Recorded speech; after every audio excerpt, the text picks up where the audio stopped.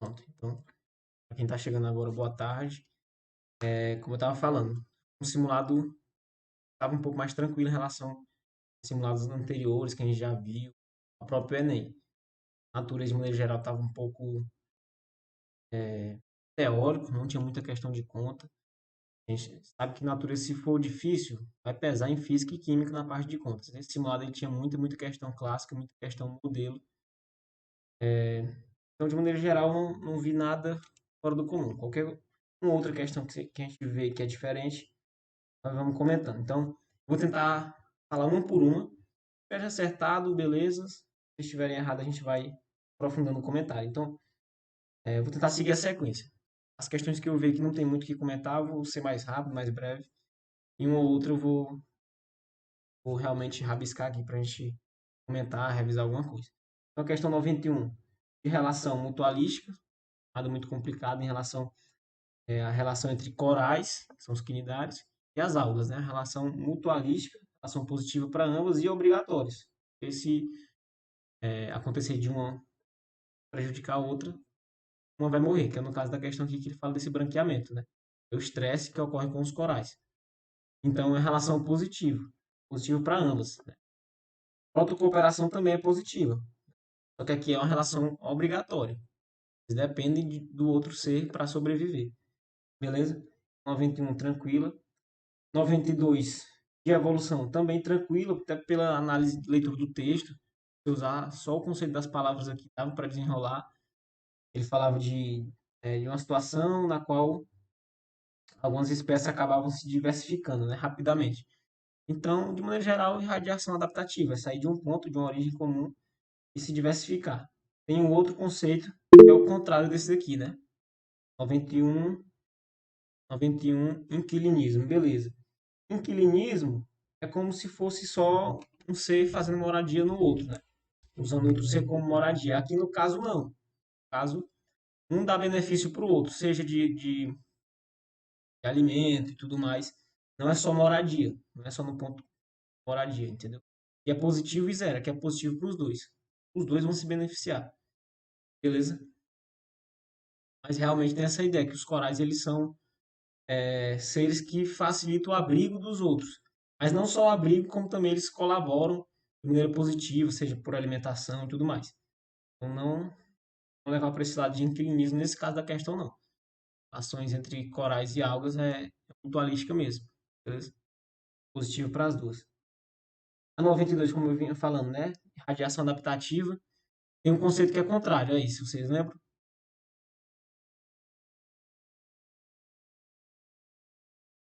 E aí? Convergência adaptativa, né? Quando a gente sai de pontos diferentes e acabam convergindo para uma mesma característica. Não é esse conceito? Convergência adaptativa é contrária à da resposta. Beleza? Então, as alternativas, elas fogem muito da ideia da questão. Poliploidia, seleção artificial, melhoramento genético. Nenhuma dessas coincide com a ideia do texto, não. Não tinha muito o que bater cabeça. 91, 93, tem uma pegadinha interessante nela, mas nada muito fora da curva. Ele só queria saber o usuário deve reduzir a sua exposição à luz visível, ou é aquela que é mais prejudicial, né? Ele fala aqui no texto. O uso excessivo da tela é contraindicado, pois alguns cones, estudos responsáveis pela percepção das cores, já caiu no Enem, são bastante estimulados quando expostos à luz de frequências maiores. Então, frequência maior é o perigo aqui, né? Maior frequência, menor o comprimento de onda, né? São inverso. Então, a gente tem que olhar para esse lado aqui, o comprimento de onda. E aí, cuidado, ele quer saber da luz visível, né? Não marcar, por exemplo, ultravioleta, porque ultravioleta não é luz visível. Seria o azul mesmo. Questão das cores, tudo mais, frequência e onda, também cobra muito esse tipo de questão. Tranquilo até aqui, né?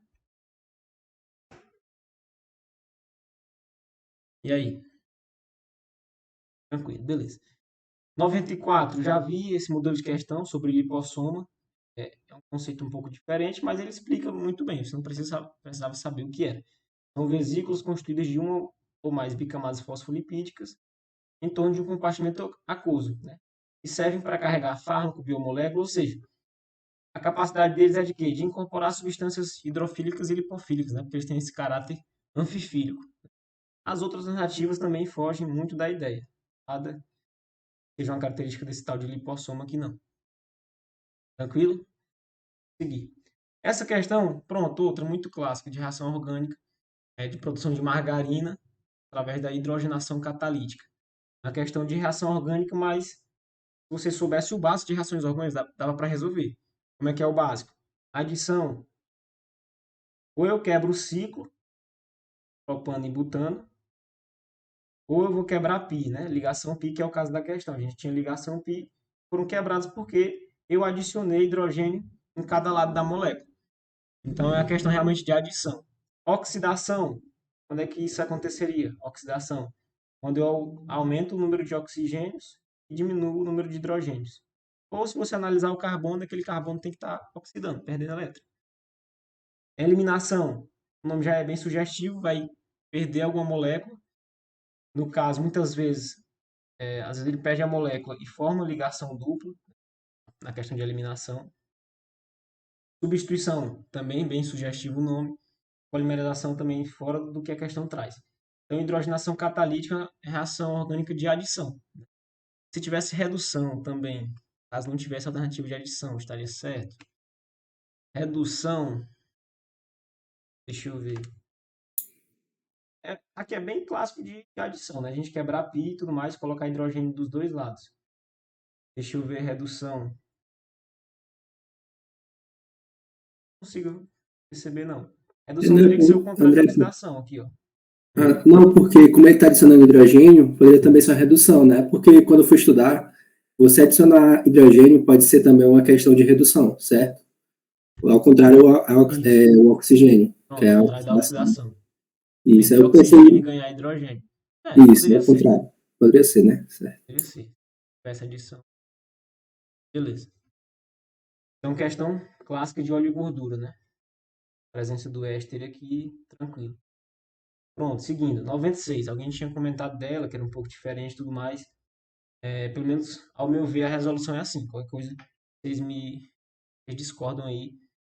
Mas, ao meu ver, era o seguinte. Ele fala da densidade da água, beleza? Coeficiente de solubilidade do cloreto de sódio a temperatura de 24 graus Celsius é 36 gramas em 100 gramas de água, ou seja, em 100 ml, né? Porque 1 grama é 1 ml. Aí, para realizar, beleza. Qual das soluções é mais adequada para a extração de microplástico? No texto, ele fala o seguinte. Cadê? Principais etapas envolve a separação por densidade, filtração e peneiração. Então, ok, eu quero aquele que tem esse coeficiente de solubilidade. Pelo menos foi o que eu pensei. Tem esse coeficiente de solubilidade para eu usar para facilitar a extração de microplástico. Pelo menos eu pensei assim, né? Seria, se eu fizer 540 por 40 por 1.500 ml, tem que dar os 26 aqui. Não sei se o raciocínio estava certo. Então, eu tinha que pegar alguém com um coeficiente igual ao que a questão pedia, né?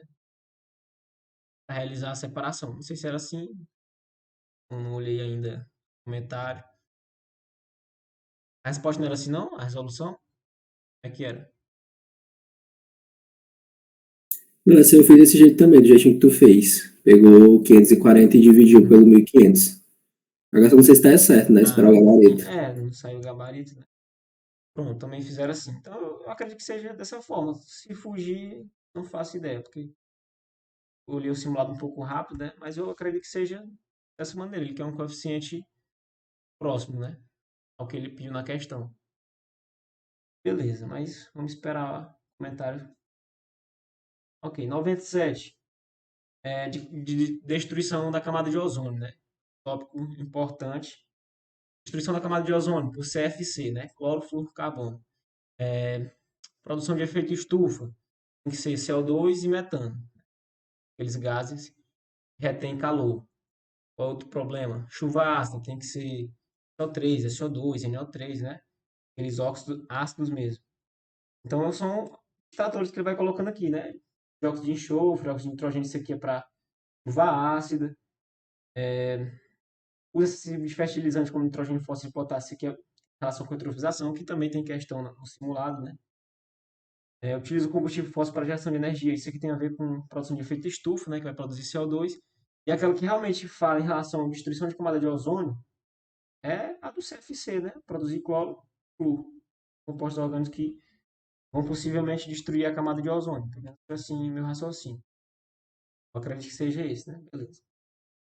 98, ela é um pouquinho diferente, mas acaba sendo novamente uma questão clássica, né? Questão modelo, porque ele só contextualizou de outra forma. Às vezes a gente não lembra dessa imagem aqui, que seria, mas interpretando um pouco aqui, a distância do núcleo e a energia, né? Na verdade, ele fala que é o comprimento de onda. Mas a gente sabe que energia é proporcional à frequência. Né? Quanto maior a frequência, maior a energia, menor meu comprimento de onda. Então, beleza. Então, se aqui tem menor comprimento de onda, é porque aqui tem alta energia, né? Mais distante do núcleo. E aqui tem alto comprimento de onda, é o contrário, menor energia. Então, beleza, é aquela questão clássica, né, de emissão de energia quando os elétrons retornam de um estado excitado ao nível fundamental. Ele está no núcleo, distante do núcleo, ele volta para uma camada mais interna e libera energia. Só que ele botou de uma forma diferente, porque ele colocou de comprimento de onda, essa ideia do espectro aqui diferente, espectro de emissão do átomo de carbono. Mas eu acredito que seja isso. Não foge muito do que o Enem já cobrou, não. Ele voltar para a camada inicial e liberar energia. Beleza? Até aqui, ok?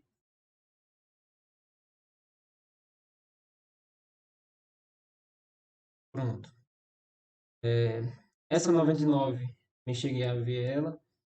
Falava da questão da eletrização da superfície da Terra, né? Ocorre por meio de quê? Ele fala, a explicação científica para o fenômeno é a eletrização de nuvens que influencia a distribuição das cargas na superfície da Terra. Então, se tem uma nuvem eletrizada, né, negativa aqui, por exemplo, ela vai induzir uma carga na Terra, né? Induzir uma carga diferente na Terra. Então, a gente já pensa realmente em indução. Não é atrito, é realmente olhar para a indução. Aí tem duas de indução. A B, pois as nuvens friccionam o ar eletricamente carregado. Mas onde ocorre indução mesmo é as nuvens induzir cargas elétricas opostas na superfície da Terra. Então, acredito que seja isso aqui. Beleza?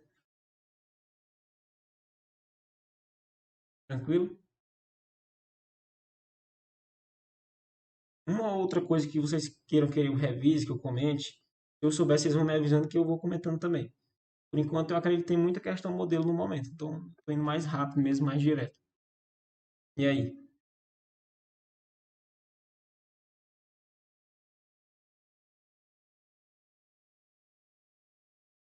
Pronto, beleza. A questão 100, ela fala de um marca-passo artificial no sistema cardiovascular, visa melhorar o quadro clínico do paciente ao agir diretamente em quê? Então, a ideia do marca-passo tem um marca-passo natural, né, que é o nó sinusal, nó sinoatrial, enfim. Ele está lá no átrio direito, né, vai produzir um impulso elétrico sozinho, vamos dizer assim, né? Não depende necessariamente do sistema nervoso de maneira geral. Ele tem correlação, claro. Por exemplo, se a gente toma um susto aqui, libera adrenalina e tudo mais, o sistema nervoso autônomo simpático ele vai ter correlação com esse nó e vai disparar uma frequência cardíaca um pouco maior. Mas de maneira geral, o coração ele é autocontrátil, né? Produz seu próprio impulso nervoso. Então, o que vai acontecer é que vai ter problemas por alguma coisa, obstrução e tudo mais. Ele vai utilizar o marca-passo artificial, que serve para quê? A mesma função. A gente vai regular essa frequência cardíaca, já que a gente antes não tinha uma produção de impulso nervoso organizada por algum problema, algum tumor, algum edema. Agora a gente vai regularizar essa frequência cardíaca. Então, ele não vai atuar diminuindo a obstrução arterial, a função dele não é para isso, diminuir a inflamação. A função dele mesmo é regular a frequência cardíaca, porque ele vai gerar esses impulsos de maneira mais regular mesmo, né? Fazer uma frequência cardíaca dentro do padrão. Eu acredito que seja letra C também. Tranquilo? Vou passando. Questão 101. Ele perguntou o alto custo. Desse processo é a consequência de quê? É um processo endotérmico, né? Olhando tanto para cá como o ΔH, é um processo endotérmico, então já exclui isso daqui, exclui essa ideia de liberação de energia. Vamos manter a letra C. Variação de entalpia não é negativa, é positivo, né? Ele absorve calor. A gente fica entre C e E. Por que que esse processo é caro? Letra C, baixa concentração de carbonatos e da absorção de gás carbônico. Não sei. Letra E, decomposição química dos compostos carbonatos, pois suas reações apresentam variação de entalpia positiva, ou seja, necessitam absorver calor. Isso é caro, porque você precisa realmente de altas temperaturas, né? Não é fácil ter forno gigante para dar calor para essa reação. Então, eu acho que a letra E mesmo. De a decomposição desse processo ser muito caro devido à necessidade de alta temperatura. Beleza? E aí? Todo mundo na escola, a maioria. Isso, mandar áudio, né? Então tá tranquilo. Questão 103. Como é que eu fiz? Eu acredito que seja lama, né? Não sei a resposta. Enfim, como é que eu fiz? Ele fala de dois automóveis, né? Dois veículos, o X, que vai fazer todo esse processo aqui da tabela, e o Y, que vai de 0 a 100, percorrer 100 metros, ele é uma pista retilínea. Ele fala que é uniformemente variado, né? Então, o desempenho do Y é mais próximo do X quando? Então, do Y eu tenho o seguinte, B ao quadrado, inicial ao quadrado, mais 2AD, né? Ele vai sair de 0 a 100 km por hora para percorrer 100 metros. Então, eu posso descobrir sua aceleração. A velocidade inicial dele é 0, a velocidade final dele, aí cuidado, né? Transforma para metro por segundo, que é unidade padrão mesmo. Então, divide por 3,6, vai dar ali aproximadamente 28, 7 e pouco. Então, 28, que é a velocidade dele final, ao quadrado, 2, aceleração, e deslocamento dele, né, que é 100 metros. Aqui, vejam aí quanto é que vai dar. O que eu quero saber é o tempo de aceleração, né? Fórmula que eu posso usar o tempo, velocidade dele, a velocidade inicial é 0, mais a aceleração que eu descobri e o tempo. Né? Ele quer saber, é mais próximo do. Importante, porque não vai dar um valor exato não. Então, a velocidade dele final é 28, aceleração, essa daqui, 28 ao quadrado, dividido por 200, né? Vezes o tempo. Aqui vai dar quanto? E aí? Tem que dar mais ou menos isso aqui, 200 por 8, é? Essas contas certas? 100 por 14, é que vai dar 7 vezes 14, 8, aproximado, né? 7 alguma coisa. Pronto, justamente. E aí mais próximo da lama. É o tempo de aceleração mais próximo aqui. É o 6,5 e o do carro Y estava sendo 7 e pouco, né? Então acho que seria mais ou menos dessa forma que é a resolução. Usei fórmulas de movimento uniformemente variado. Comecei com essa daqui, eu não sabia o tempo, era o que eu queria. Descobri a aceleração e usei na fórmula. Não sei se tinha outra maneira. Eu acredito que seja assim, né? A resolução. E aí? Vocês conseguiram essa daqui? Questão 103. É assim, né, Léo? O gabarito é esse aqui, né? Espera aí.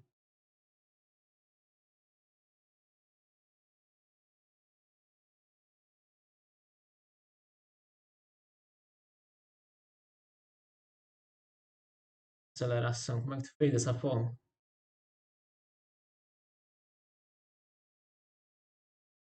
E, né? Usou como?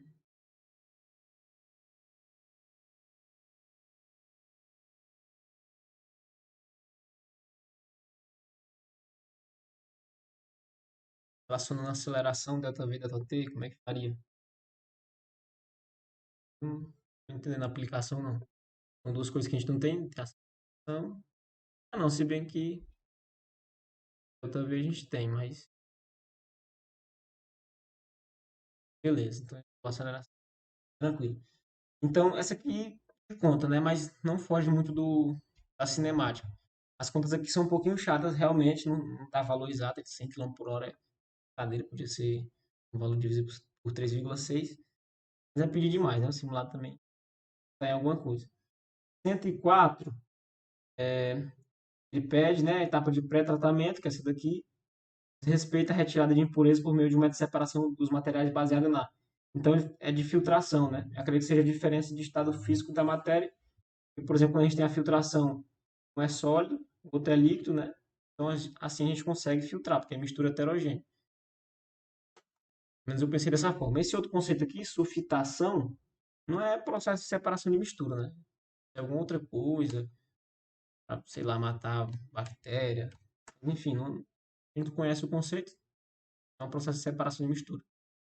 Esse aqui é o gabarito, né? Diferença de estado físico.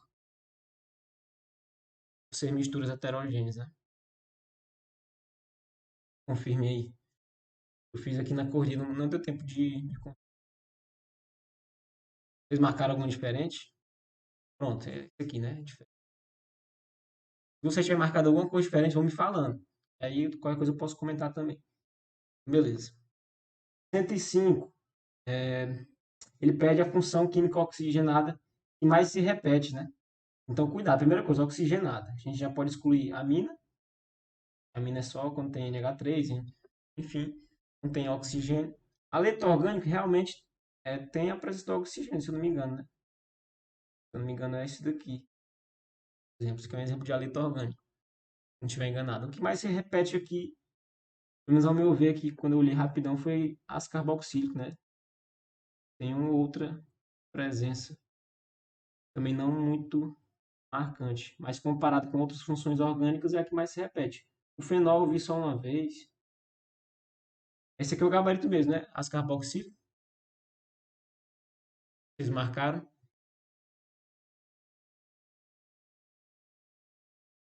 Beleza.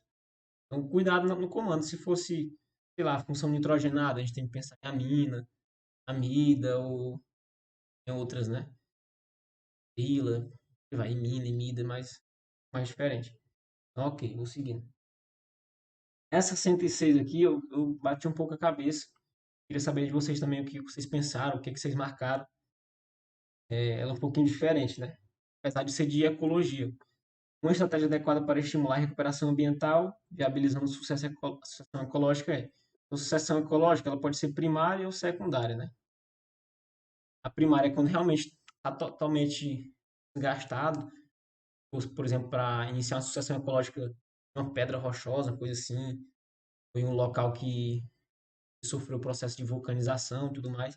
A secundária não, a secundária é a partir de alguma coisa. Por exemplo, um desmatamento, aí ainda tem matéria orgânica e tudo mais, e ela vai continuar. Vai continuar o processo de sucessão ecológica. Então, realmente também fiquei muito na dúvida. Eu queria tentar pelo menos cravar algum gabarito aqui com vocês. Deixa eu ler o texto aqui, porque na hora nem cheguei a ler. Estava lendo a prova mais rápido mesmo, procurando aquelas mais fáceis. Mas a questão diz o seguinte: por seus impactos muitas vezes irreversíveis, a mineração é uma atividade cuja obrigação de recuperação, beleza, ok, por meio da condução de regeneração natural, ou seja, é esperado que a recuperação da área seja estimulada, uma vez que, apesar da regeneração natural ocorrer sem indução humana, em certas situações essa não é uma medida comumente empregada. Contribui para isso o fato de a remoção do solo orgânico dificultar o estabelecimento espontâneo da vegetação, intensificando o processo erosivo. Então, beleza, recuperação das áreas degradadas por mineração, uma visão de métodos recomendados para garimpos. Letra A. Aproveitar as áreas já degradadas utilizando-as em pastagem para a pecuária. E aí? Eu acho que eu não marcaria essa. Aproveitar as áreas já degradadas utilizadas em pastagem para a pecuária, porque vai dificultar o processo de sucessão ecológica, né? Não? Ah, que diferente, né? Realmente, realmente é diferente os gabaritos, a sequência das alternativas. Então, eu não marcaria letra A, porque primeiro pecuária vai facilitar a compactação do solo, né? Letra B, fazer uso de fertilizantes e produtos fitossanitários no solo das áreas degradadas. Seriam produtos fitossanitários. Letra C, promover a formação de centros urbanos na área com o objetivo de desenvolvê-la. Também não, né? Estabelecer conexões entre trechos de matas nas áreas mais afetadas pela mineração. Não vejo alguma aplicação nesse caso de sucessão ecológica, né? Aqui é mais para corredor ecológico. Mas não sei, tô na dúvida também. André, essa daí eu associei ela a fluxogênico também. Justamente, tem uma questão disso aqui, né? Isso. Estabelecer conexões entre trechos de mata nas áreas mais afetadas pela mineração. Pois agora que eu vi, eu pensei isso, eu marquei letra E, que é o caso azul também. Deixa eu ver. Utilizar solo com tendo amostras de semente das espécies locais nas áreas impactadas. Podia ser também, né? Fiquei na dúvida entre B e E. Até eu não sei se fosse o gabarito. E aí, qual é que era o gabarito? O pessoal tá falando mais aí. Porque eu fiquei muito na dúvida mesmo. Que foi uma das... A leitura não facilitou muito não. O texto não ajudou. Eu também não lembrava muito de sucessão ecológica. Só que ainda fui revisar para relembrar. É porque, assim, André, aí tá falando de sucessão ecológica, né? Eu acho que o que mais bate com o termo é a letra E, que é utilizar o solo contendo amostras de sementes das espécies locais, né? Que vai Uhum. fazer a sucessão ecológica da espécie, né? Da área local. É o que faz mais sentido para mim, né? Podia ser, né? Que é a ideia de a gente realmente colocar aquelas estruturas iniciais para o desenvolvimento, né? Poderia ser. Essa eu dei, eu acho que eu marcaria também. Fazer uso de fertilizantes, produtos fitossanitários. Não sei o que é isso.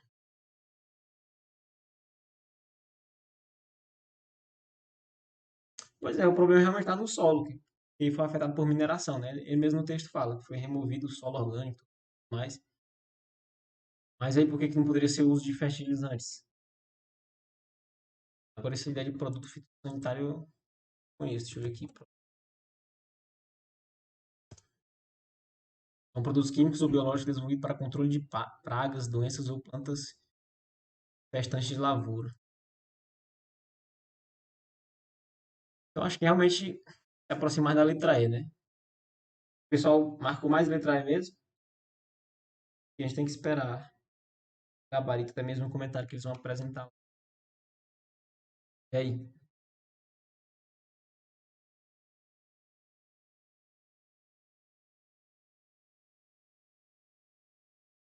Tô seguindo aqui. Essa aqui realmente eu travei nela na hora quando eu tava fazendo.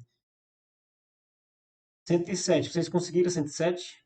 Eu não consegui, não cheguei a ler, na verdade. Conseguiram desenvolver essa parte da elétrica aqui?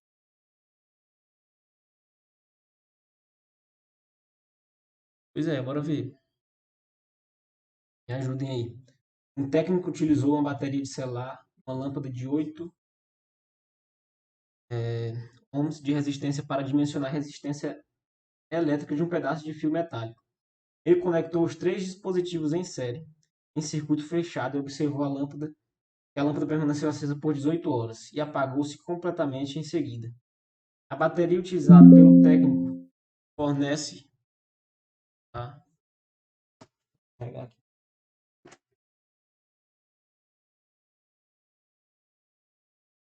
Pronto. A bateria utilizada pelo técnico fornece uma tensão de 4 volts e possui uma capacidade de carga de 3.600 mAh. Suponha que a bateria é ideal e que a intensidade da corrente elétrica foi mantida constante durante o processo de descarga. O valor da resistência elétrica do fio em ohms é igual a. E aí, como é que é a ideia? Vamos ver essa daqui. Quero como? Falou que tem três dispositivos, né? Bateria, lâmpada e um fio elétrico. Quer saber a resistência do fio elétrico? A bateria tem tensão de 4 volts, capacidade de carga 3.600 mAh. Zero como?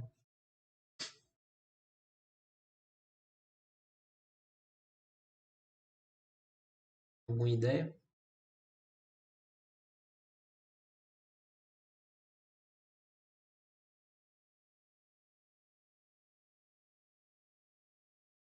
A gente tem aqui a lâmpada, né?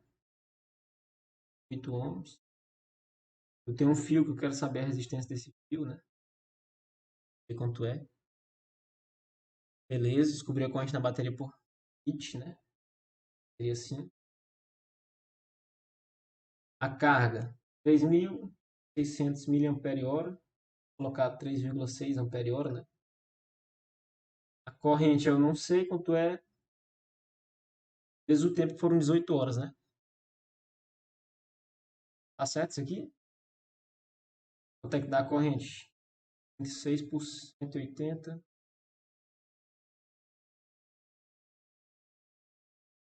Quanto é que dá aqui? 1 sobre 5 é 0,2, né? 0,2 amperes. Pronto, fechou. E aí ele deu 4 volts, né? Então, resistência, U sobre I, corrente está sendo 0,2. Aqui é 4, vai ficar 40 por 2, né? Resistência 20. Tá certo aqui, né? Deixa eu ver. Tá faltando. Analisar a questão. Lâmpada de 8. Ok. Resistência elétrica do fio é igual a corrente total do sistema é 0,2.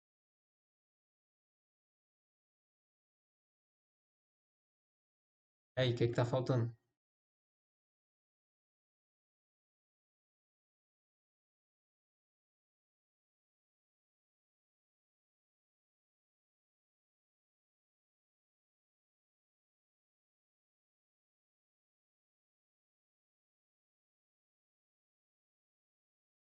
Do fio.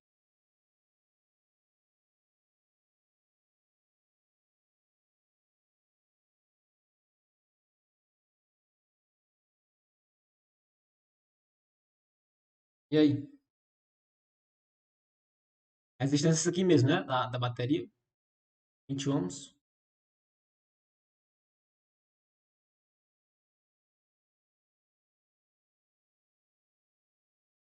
Pronto. Então, DDP igual a R, mas a resistência é menor, vezes corrente. Com essa fórmula, né? Como? Corrente é 0,2, né? Que não se todo. Pronto, a soma tem que dar, fechar 20, né? 8 é da lâmpada, 12 tem que ser do fio. Não era assim o raciocínio?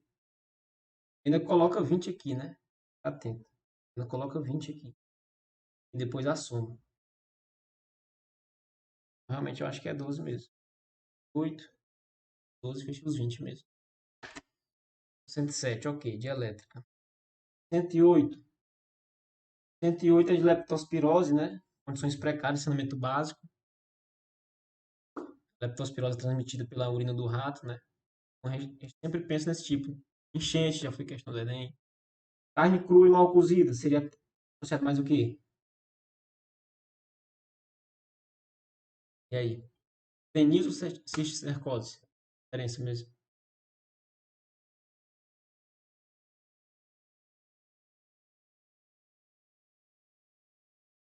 Teníase, né? Tênia solo e tênia aginata, né? Foi do povo. Beleza, então essa aqui era bem direto mesmo, da leptospirose. Alto índice de poluição, mas cuidado, né? Atmosférica. Atmosférica do ar, seria alguma doença associada à parte respiratória. Baixa cobertura vacinal, não é o caso da questão. Letra D, ausência de controle de mosquito. Ele te dá o ciclo, né? Não tem mosquito aqui, não. Beleza. 109. 109 eu li ela, mas também fiquei um pouco na dúvida. Vamos aqui ver qual seria o gabarito. Coleta tratamento de esgoto. Caso a etapa D não ocorra de forma eficiente, espera-se que os corpos d'água que recebem esse esgoto tenham um aumento na. Então, D. Tanque de aeração. Nesse tanque, os micro-organismos presentes no esgoto se multiplicam com o ar fornecido e formam lodo. Então, se eu não tiver isso daqui, não vai ter micro-organismos se multiplicando, né? Manda esse lodo aqui.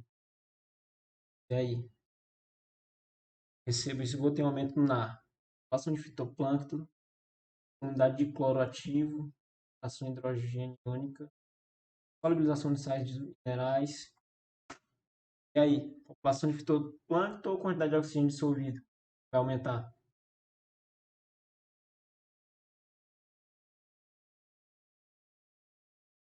E aí, um marco A, outro marco E. A gente associa muito com a questão de eutrofização, né? Esgoto e tudo mais. Ele vai colocar um tanque, no caso, vai ter os micro-organismos se multiplicando, principalmente as bactérias, né? Se não tiver, vai acontecer. Vai ser aumento na população do fitoplâncton ou quantidade de oxigênio dissolvido.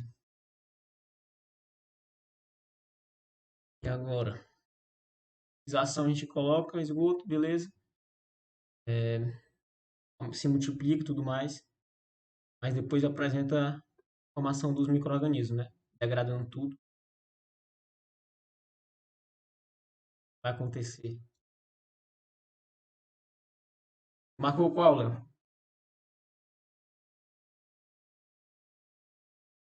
Uns marcaram outros, é os argumentos. Seria certo, o que a outra está errada. Ação de fitoplâncton, quantidade de oxigênio. Quando eu resolvi ela rápido, eu tinha marcado quantidade de oxigênio dissolvido. Depois eu tinha parado para pensar lá também, né? Então, tenho certeza. Se não me engano, no processo de eutrofização acontece as duas coisas, né? No caso, o aumento, né? Depois a redução do oxigênio disponível. Despejo de matéria orgânica, proliferação de bactérias decompostoras aeróbicas, maior oferta de sais minerais, coloca também mobilização de sais minerais. Proliferação de algas, depois morte de algas, as mais profundas, aumento da população de decompositores aeróbicos, redução da taxa de oxigênio, morte dos aeróbicos, decomposição anaeróbica. E aí? Fitoplâncton é algo mais superficial ou profundo? Ou é as duas coisas?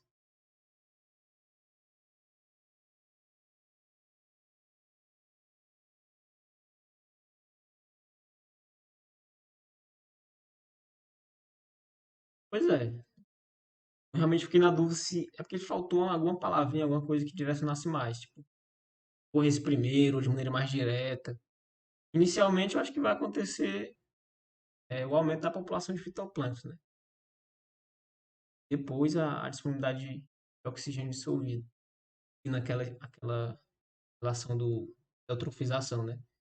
Porque o consumo de oxigênio é bem no final mesmo. Não sei qual seria o gabarito, né? Eu ficaria muito na dúvida. Aqui também um pouquinho diferente. Era o oficial. A galera marcou mais o quê? Qual foi o gabarito que eles estavam fazendo lá? Extraoficial.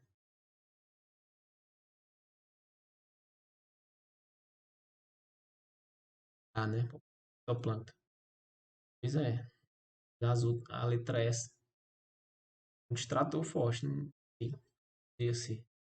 Inicialmente, parece que realmente a população de fitoplâncton, né? Vai aumentar. Enfim, tem que esperar sair o oficial mesmo, os comentários que eles vão apresentar lá. 110. Transferência de energia, né? Se eu reduzir a população de lebres e ratos, eu vou ter menos matéria para os outros posteriores, né? Vai ter menos energia para eles consumirem, vamos dizer assim. Então essa aqui era um pouco mais direta. Pelo menos eu marquei letra A um pouco mais rápido. Né? Essa aqui é tranquila. Letra A mesmo, né? Vocês ficam no silêncio aí, às vezes eu penso que eu estou errando tudo. E aí, complicado. Beleza, né? Tá, tranquilo. A 11 também foi outra que eu bati cabeça, até para entender um pouco do processo. Vamos ver junto aqui novamente. A descontaminação do chumbo complexado com compostos orgânicos ocorre mais eficazmente se a água contaminada for tratada com. Então, beleza. O chumbo ao ser depositado na água, sofre influência do pH, de sais dissolvidos, de agentes complexantes orgânicos, que definem sua permanência na fase aquosa ou como precipitado. Em águas superficiais, o chumbo pode ser encontrado na forma oxidada e complexado com compostos orgânicos naturais, ácido úmico ou antropogênicos. São termos que eu desconheço aqui. A presença desses agentes na água pode aumentar em até 60 vezes o nível de impacto de chumbo em solução. Então, ele quer saber como tratar isso daqui, né? Tem chumbo complexado com compostos orgânicos. O que a gente pode fazer? Letra A. Usar ácidos fortes que são capazes de correr o chumbo metálico e dissolvê-lo em água para em seguida serem separados por destilação simples. Usar ácido forte que são capazes de correr o chumbo metálico e dissolvê-lo em água. Não sei. Letra B. Substâncias inorgânicas capazes de reagir por dupla troca com os complexos orgânicos produzindo sais de chumbos insolúveis que se sedimentam. Poderia ser, né? Precipitar e a gente poder retirar, até poderia ser. Letra C. Ultrafiltros, pois os poros menores desse tipo de filtro são capazes de reter o chumbo metálico, mas não de reter os compostos orgânicos. E não sei. Permanganato de potássio que causará a oxidação do chumbo metálico, aumentando a sua solubilidade em água e posteriormente separando por vaporização. Eu não sei. Mercúrio líquido, pois os dois metais formam uma liga metálica denominada amálgama, que por não ser solúvel em água, pode ser retirada com o uso de filtros comuns. E aí? Qual foi a alternativa que vocês marcaram?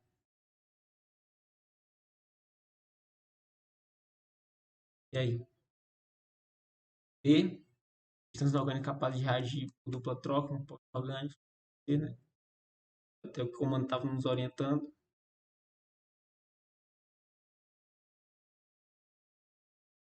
E aí os outros marcaram o quê?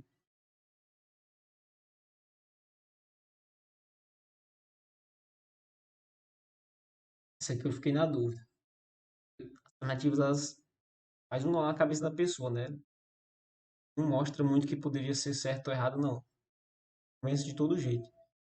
Mas se fosse pelo comando, pela ideia, né, que ele fala, tem chumbo complexado com composto orgânico. Então primeiro a gente vai ter que separar esses dois. O composto orgânico é muito grande e tudo mais. Então tá misturado na água. Aí ele fala agir com substâncias inorgânicas capazes de reagir por dupla troca com os compostos orgânicos. Né? Aí vão produzir sais de chumbo insolúvel e aí é mais fácil, né? Tirar o que foi precipitado, aquilo que não está solubilizado. Letra D. Permanganato de potássio que causará a oxidação do chumbo metálico, aumentando sua solubilidade em água e posteriormente separando por vaporização. Metálico. Mas aí se a gente oxidar chumbo metálico, porque chumbo metálico é assim, Pb, a gente vai oxidar aqui. Pb vai ficar positivo, 2 mais, 4 mais, não lembro quanto é o NOx aqui. Mas se a gente oxidar, não vejo uma forma de separar um íon que está... Isso foi facilitar, né? Colocar um íon no meio da água. Mais difícil ainda tirar esse chumbo daí, pelo menos eu acho. Eu não marcaria essa daqui não, de oxidar o chumbo metálico. Ó, né? E aí? Acho que seria B mesmo pelo comando, né? Separar chumbo do complexado com composto orgânico, ele vai precipitar, vai se sedimentar. Mas eu pensaria dessa forma, mais por processo de separação de mistura mesmo. Eu não sei qual é o gabarito disso aqui não. O que o pessoal tava mais marcando mesmo?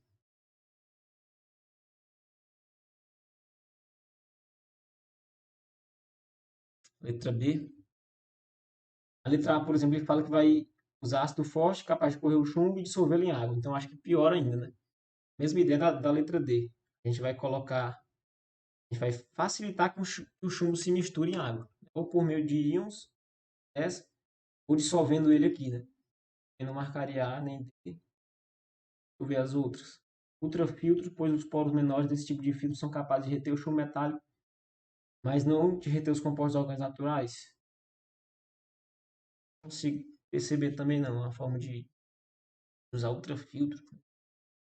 São dois compostos que como se fosse mistura homogênea, né? Porque, pelo jeito que ele falou, que é um complexado, filtragem é filtração para separação de mistura heterogênea. Eu marcaria B mesmo, né? Mas esperar também outra questão que fiquei confuso. A chamada aqui está encerrando. Mandei do link. Não foi do meu link da conta que dá para durar mais tempo. Então deixa eu ver aqui. Eu acho que vocês querem continuar? Eu mando um novo link para a gente continuar os comentários. Já fizemos boa parte, né? Acho que tá faltando umas 20 questões para comentar de maneira geral. E aí? Pode ser? Mandar rapidão lá no grupo? Só pra gente mudar de conta. Então, beleza. Vou encerrar essa primeira parte da gravação aqui. Mandar um novo link. Um tempo infinito, vamos dizer assim, né? Para facilitar. Então, rapidão a troca. Vamos lá.